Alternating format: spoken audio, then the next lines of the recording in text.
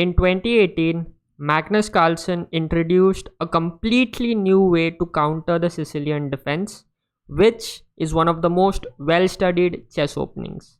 Carlsen's idea looks super weird at first, but when you dive deeper, everything starts to make sense. I'm going to show you the game where Magnus first used this weird idea. Also, this game is very close to my heart because it actually helped me win a very big national open chess tournament in India. More on that later. We'll dive right into the game.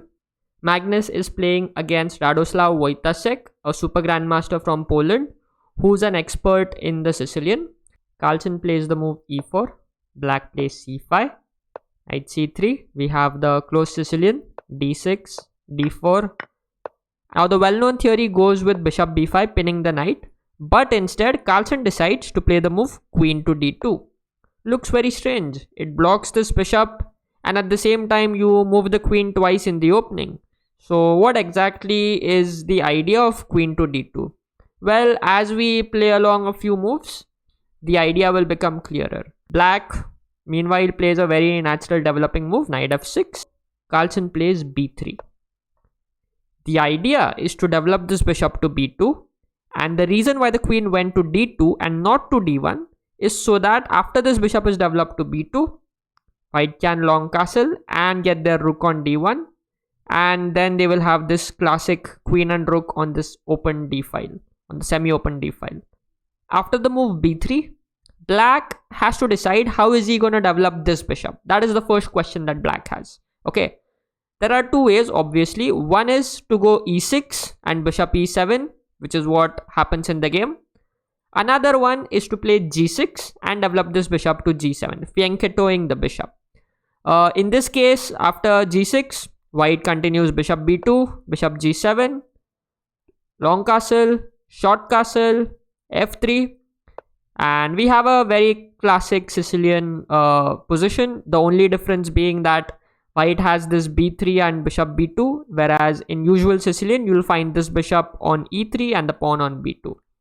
White has very nice attacking chances along this king side here, and at the same time black can try to attack on the queen side. Okay, both sides have reasonable chances here. So this was one idea, but in the game Radoslav chooses to play e6. Carlsen develops his bishop, bishop b2, a6. Now the idea of a6 is to prevent this knight from jumping to b5 so that it doesn't attack this pawn, because very soon after long castle there are going to be 3 attackers on the pawn, which is why a6 is played.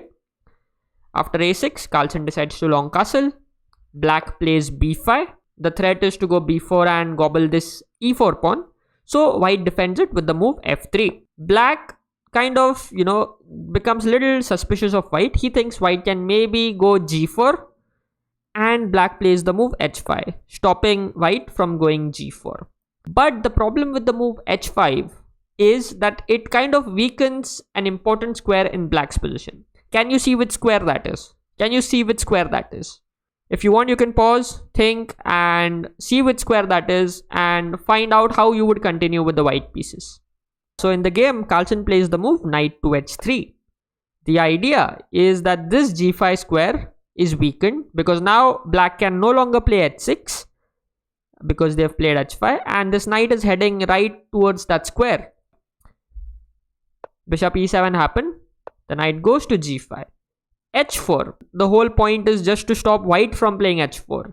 Okay, otherwise white will play h4 and maybe in the future they can go bishop e2 and g4 and start to attack.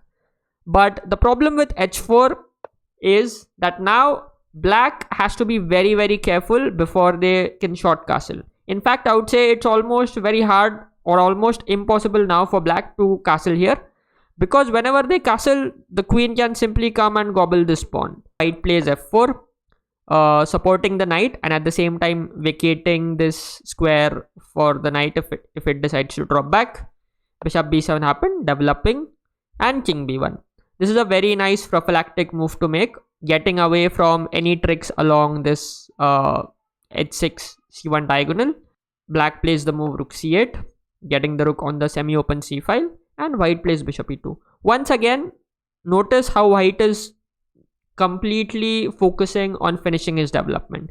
Just because he's tried a new concept doesn't mean he's not following normal opening principles or something. Queen c7, rook h1. Another fantastic developing move. By move 15, all of Carlsen's pieces have been mobilized, and now he's ready to take action in the center. Whereas for black, the main problem is, how is this rook gonna come into the game? Okay, what is this rook gonna do?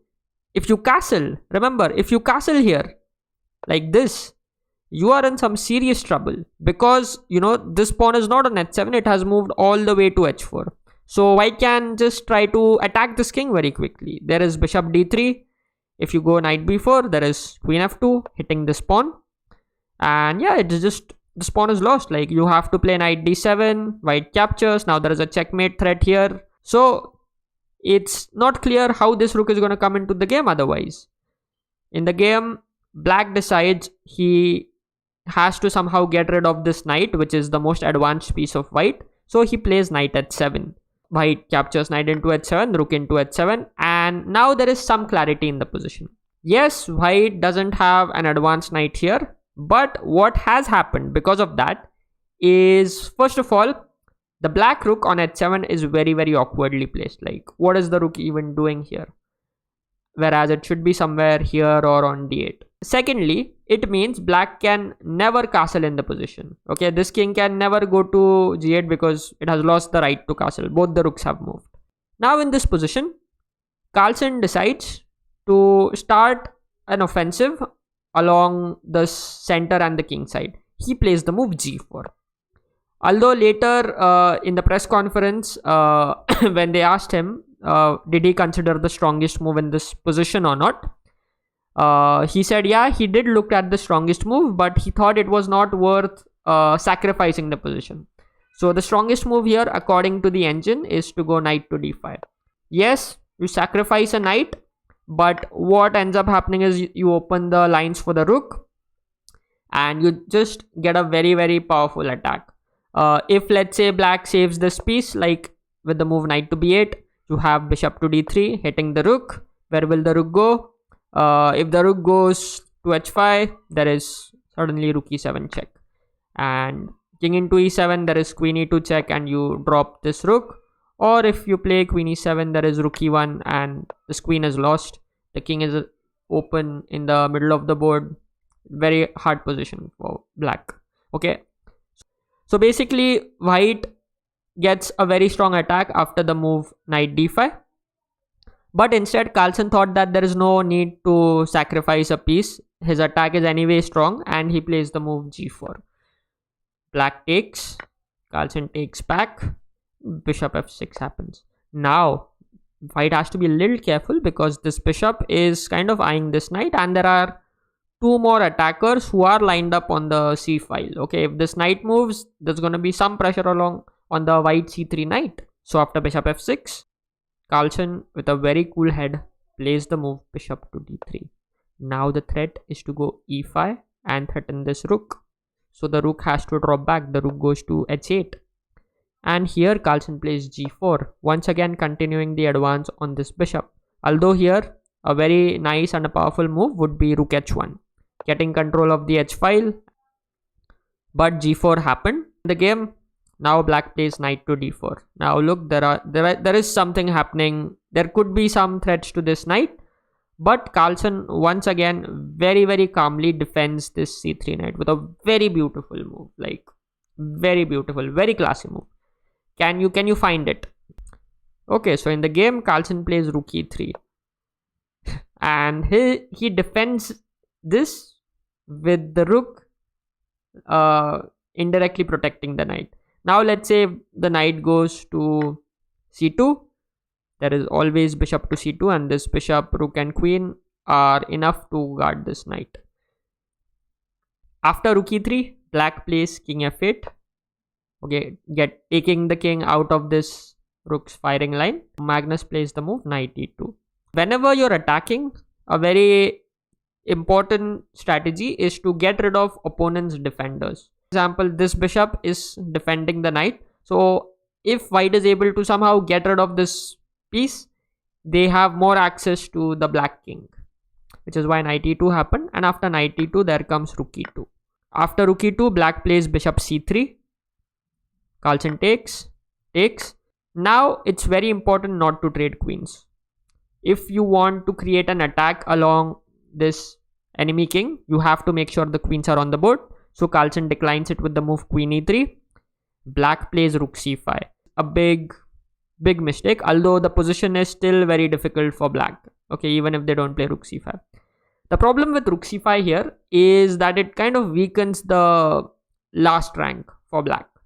Okay, and that becomes a big factor, as you'll soon see. Carlsen plays e5, breaking open the position and trying to, open this file for the rook. Black takes, white takes, and rook h1. Black is also trying to somehow create play for themselves in this position, but white's king is relatively much safer than black's right now. Rook h1 happened, bishop h1, and now white plays rook h2, hitting this bishop. If you go bishop b7, there is suddenly rook h8 check, king e7, and queen g5 check, and it ends in a checkmate. Okay, king d7, for example, check, checkmate. So after rook h2, black plays rook e5, counter attacking the queen, but this allows a very nice intermediate move sequence. Can you find it? If you want, you can pause the video and put your answer in the comment. So white plays here the move rook h8 check, giving a check to the king. The king moves to e7, and now this queen is attacked, so you simply get it out, but you get it out with a check. Otherwise, if you don't give a check, there will be a checkmate on you. So you have to be careful there. Radoslav Wojtacezk resigns, because if the king goes to f6, there is simply the rook dropping back and capturing the bishop on h1, which was hanging. Remember, you cannot give this, you can give this check, but it's not going to, the king will eventually run out of checks. For example, this, there is c3, you can maybe give this check, there is bishop c2, and yeah, the king is completely out of any danger. So after queen a7 check, in this position, black resigned, and with that, Magnus Carlsen won a very beautiful game. Now coming back to why this game was so special for me, I remember I was playing at a chess tournament. It was the last round, and I was paired against a Najdorf expert. I knew about this idea by Magnus, so I decided to try this out in my game. And guess what? The moment I tried this idea, my opponent was surprised. He spent some time on the clock. He didn't know how to react properly. And I ended up getting a nice position and going on to win the game. And with that victory, I actually won the chess tournament. So you can imagine how happy I was after winning that tournament. And it was a very, very special day for me. Now, I want to make one thing absolutely clear. I'm not saying that this idea will help you in each and every game. No, black has a way to defend.